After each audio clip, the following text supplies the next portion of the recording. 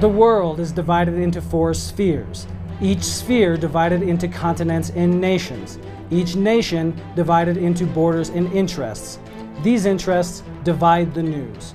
We examine the impact of these divisions on people and power. This is Imaginary Lines.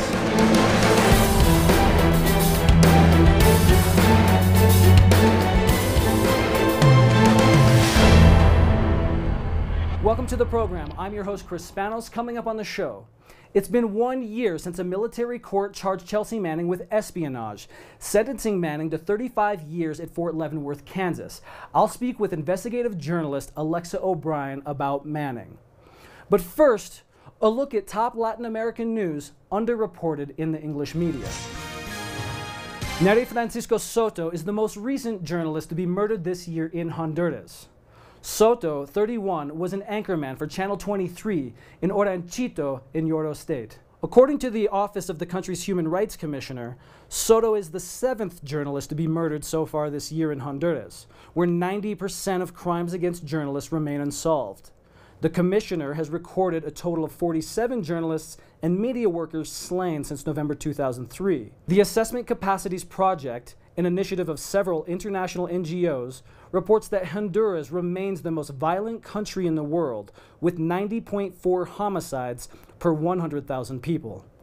The Honduras Congress is currently discussing the proposal of a new law to protect journalists. And now, let's turn to our interview. In August last year, a military court sentenced Chelsea Manning, formerly known as Bradley, to a 35-year sentence at Fort Leavenworth, Kansas. Under incredible pressure, Manning pled guilty to releasing more than 900,000 documents to WikiLeaks. Many of the documents, such as the collateral murder video showing the U.S. massacre of Iraqi civilians and 2 Reuters journalists, reveal corruption and widespread human rights violations. Manning has been already held for more than 4 years, 9 months of which were in solitary confinement. Human rights groups such as Amnesty International have called for clemency for Manning. On this first year since Manning was sentenced, I speak with investigative journalist Alexa O'Brien. Hi, Alexa, and welcome to Imaginary Lines. Thank you for having me. First, take us back to the material that Manning leaked and remind us of the scope of it and how media benefited from the material. Well, this was a vast archive of historical documents. Roughly about 900,000 documents were released. All of these were pretty much unclassified or at the lowest level of classification, secret. What's interesting is that, when I talk to my colleagues at media organizations, they oftentimes tell me that they refer to these documents quite often. One of them explained to me that they use the WikiLeaks website every single day. And major media all over the world published this material for days, weeks, and months. Even years later, they're still publishing it. Absolutely, absolutely. And of course, oftentimes the thought that's brought up in conjunction with that is adding that many of them did not cover her trial with any great vigor. They would show up on occasion, oftentimes sort of dropping the most salacious headline, which is oftentimes based on the prosecutor's case. On July 30th, Amnesty International put out a call for Manning's clemency and immediate release. How is Manning now, and why isn't media covering this demand for her clemency? Well, on a personal level, I don't have a personal relationship with Manning, so I can't speak to that. But from what I'm told through her lawyer or through people who do have contact with her, including those from the Chelsea Manning support network, that she is doing well. I mean, she is an indomitable figure. That is clear from watching her over the last 3 years. In terms of why the media isn't covering her, I think it's a host of reasons. Manning's case is complicated. The fact that she's transsexual, the fact that she was a soldier, the fact that she was really a trailblazer here. And so, the government sort of dumped out its propaganda. The other thing is that people don't care. Not that certain individual journalists at different organizations don't care, but fundamentally on an institutional level, Manning is a low-level soldier, and there's no great honor for journalists to cover her.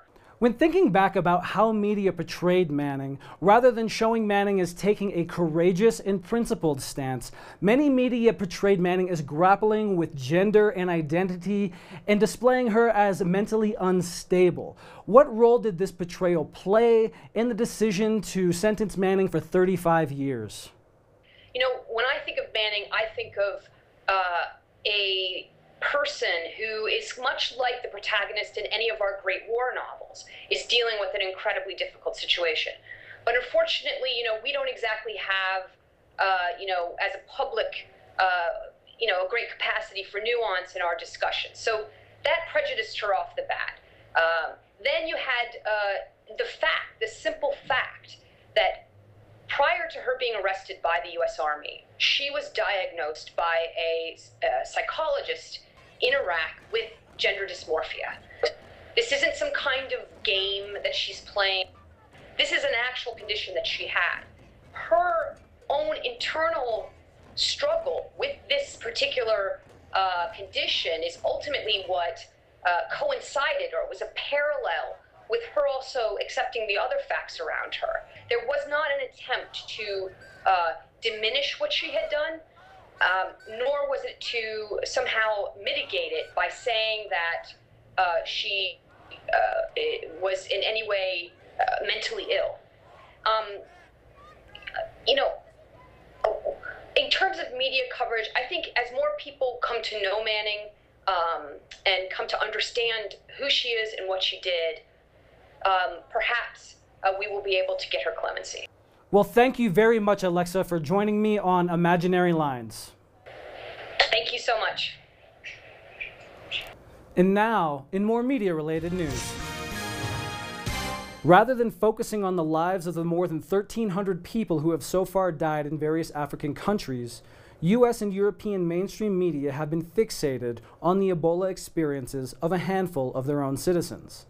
When Kent Brantley, the U.S. citizen who contracted Ebola in Liberia, returned to the United States for treatment, press helicopters followed his ride to the hospital from above, their riveting coverage ending in the anticlimax of the doctor simply walking into the back door of the hospital. The top U.S. media articles on Ebola are still about Brantley and Nancy Ritbol, another U.S. missionary who also contracted Ebola, and how they are now thrilled to be alive. The two have become heroes in the press, saved by God, as some outlets have reported. Meanwhile, the lives of those battling the illness directly, and the doctors and nurses fighting to save people in Liberia, Guinea, and Nigeria, remain dehumanized and incomprehensible, the latest manifestation of a hackneyed trope of a war and disease-infected African continent. That's it for today's Imaginary Lines. Thanks for watching the show. I'm your host, Chris Spanos. Please join me next week.